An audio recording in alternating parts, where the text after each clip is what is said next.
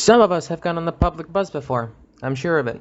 And I'm also sure that the ones who have gone on the public bus before have had a very wonderful experience. You guys know what I mean? Everyone who's in the public bus are talking to each other, laughing, talking about their personal life, meeting new people, making new friends, and it's always a very pleasant time. Wrong! That is not true. And if you believe me, that is probably because you've never been on the public bus before. The truth is that when you're on a public bus, no one, and I mean no one, talks to each other. Why? Simple. We're strangers. And most of us don't really feel like making conversation with other people unless it's in a school bus. Then we do talk because it's convenient. Where I live, we call them Peseras in Spanish. And they're not that different from other public buses. But I think they're a little more special than that. You have your typical public bus. The ones that come in many colors, sometimes blue, white, red, mixed, you get the point. And they come in different sizes, but they usually have a rectangular shape. Now a school bus, usually very large, with many seats, yellow, and from the front kind of looks like a truck, you know, one of the big ones that transport things across the country. Well, yeah, it looks like that, kind of. Well, that's how our buses look like. Actually, they are basically school buses. The only two key differences are the color of the bus and the interior. They come in different colors, but that isn't really the impressive part. The impressive part about them is that on the inside, you know how there are multiple rows with only two seats on both sides? Well, what they do is cut the bottom part of the leg of the seat, remove the part where you put your back against. Now you have our seats left, and they make two rows of seats that are all stuck together on the wall of the bus. Now there's an area where you can walk with a lot of space so multiple people can simultaneously get off.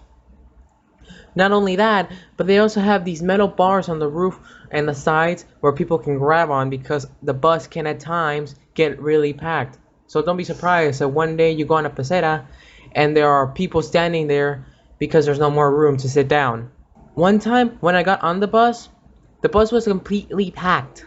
So when I got on the bus, you know what part of the bus I was standing on? I was standing on the very first step of the bus. It was at its max capacity. Anytime someone yelled, "Bajen!" In Spanish it means coming down to let the bus driver know that you're getting off, and sometimes the bus driver didn't hear, so you just hear a random person just continuously yelling. But anyway, got sidetracked. I had to get off the bus to let people get off and repeat that until I actually sat down. A few times a night, you can sometimes see that there's still pesetas going around, but they have lights inside with different colors. And I think to myself, is that a party bus? The buses may not be amazing, but they are super convenient to go from place to place, especially when you don't want to drive or even have a car. They take you to different parts of the city that you've never seen before, like for me, example. They give people jobs and take people to the job, so overall they're pretty great. Although sometimes, when you're riding the bus, it can at times overheat and completely stop. So you're just stuck there on the bus. I remember one time a woman got on the bus with two things, a guitar and her voice. Also her son, but he just sat there minding his own business. Anyway, she went inside the bus and I saw the guitar and I knew she was gonna sing. Like some kind of sixth sense told me so. She started singing and it was something about love and a girl named Gloria. Usually when you're in the Pesera, the bus driver puts on some music so people can listen while they wait to reach their destination. In this case, she was the one putting on the music. After she ended her song, she asked for money for a charity or something like that. I wasn't too sure. And some people gave her money. I didn't give her any. And not because I'm greedy, but because I didn't have any money to spare. Okay, all I had was 50 pesos, so leave me alone. I didn't have anything else to give her. Another time, a man came in with a bag of candy, and before giving anything away, he made a speech about his life. How grateful he was about God giving him a wife and kids, a job that he can gain money in a straight way, and not crooked. Because of that, he wanted to give back to the people, even if it was just candy. Which I really respected, and I thought, good for you, man. Then he left and I haven't seen him since. I got orange flavor lollipop, if anyone cares.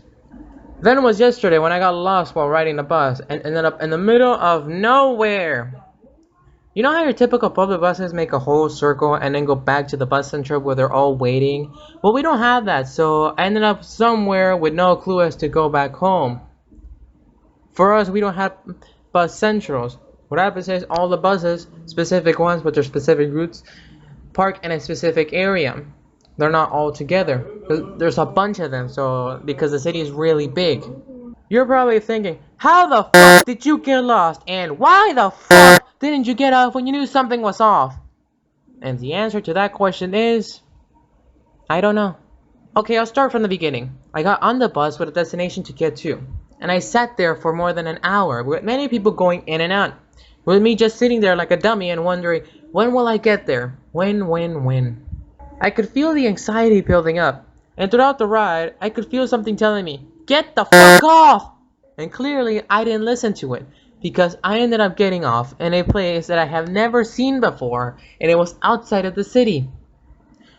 Oh yeah, fortunately and unfortunately, I wasn't the only one who got lost as well, so I didn't feel alone. It was a young woman with a cute baby in her hands. I didn't ask her for her name, so don't worry about it. We ended up getting on another bus that would actually take us to our stop and did over an hour later. And I also had to pay again, so there's that. The lesson here is to ask whether or not a bus takes you to your destination or somewhere really close. So remember that, kids, so you don't make the same mistake as I did. Also, if you have a similar story, don't be afraid to leave it in the comment section down below. We won't judge, probably. Okay, but in all seriousness, I do actually want to know if you guys have any similar stories to mine. I just want to know because I'm curious. That's all. Also, going back to the part where I mentioned that we don't have any bus centrals, well, we do have bus centrals, but those buses are specifically made to transport people across the country to different cities, not to the same area of the city. So just wanted to get that out there. Because I don't want you guys to think that we don't actually have any bus centrals when we actually do, so just so that you know, just in case you ever come by to the city or something. Anyway, that's gonna be it for me, so see you guys! While I was editing the video, I realized that it was way too fast. Honestly, way too fast. It was hurting my eyes. The speed of the gameplay was way too much. It was hurting my eyes. I just thought it's gonna hurt everyone else's eyes. So I gotta add filler or something, because the audio is only so long. It's only like 7 minutes long, and I was trying to add every single gameplay to fit, to be like 1 minute. Exactly, but that was gonna be way too fast. So the rest of this is gonna be filler. I'll probably add music or something, so it'll most likely reach the 10-minute mark and longer. Just to let you guys know, because damn, I was not prepared for this. But anyway, enjoy the rest of the build until it's complete.